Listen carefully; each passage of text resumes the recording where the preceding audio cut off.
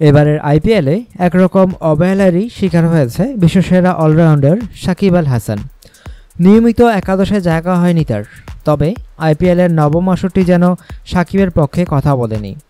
বল হাতে এবং ব্যাট হাতে সাকিব ছিলেন নিষ্প্রভ।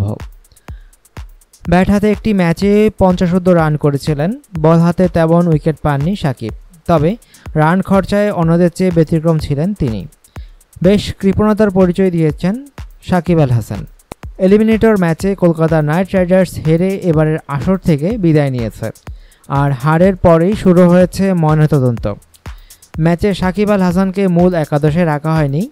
তার মতো একজন অলরাউন্ডারকে এমন গুরুত্বপূর্ণ ম্যাচে দলের বাইরে রাখা কতটা যৌক্তিক তা নিয়ে প্রশ্ন উঠেছে। প্রশ্নের সম্মুখীন হতে হচ্ছে অধিনায়ক গৌতম গম্ভীরকে।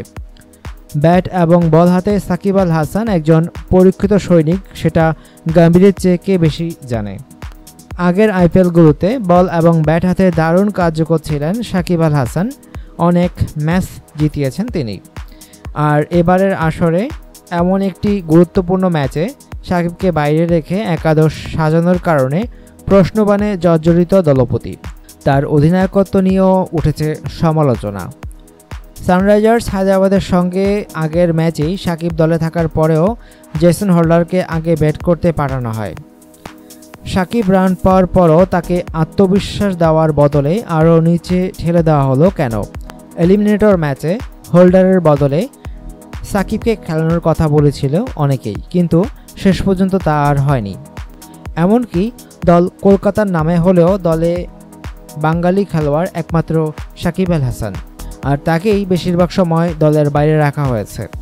দলে বাঙালি ক্রিকেটার না রাখায় শাহরুখের সমালোচনাও করেছেন অনেকেই। অনুগ্রহপূর্বক সংবাদটি শেয়ার করুন এবং খেলাধুলার সর্বশেষ খবর জানতে স্পোর্টস লাইট সাবস্ক্রাইব করে রাখুন। ধন্যবাদ।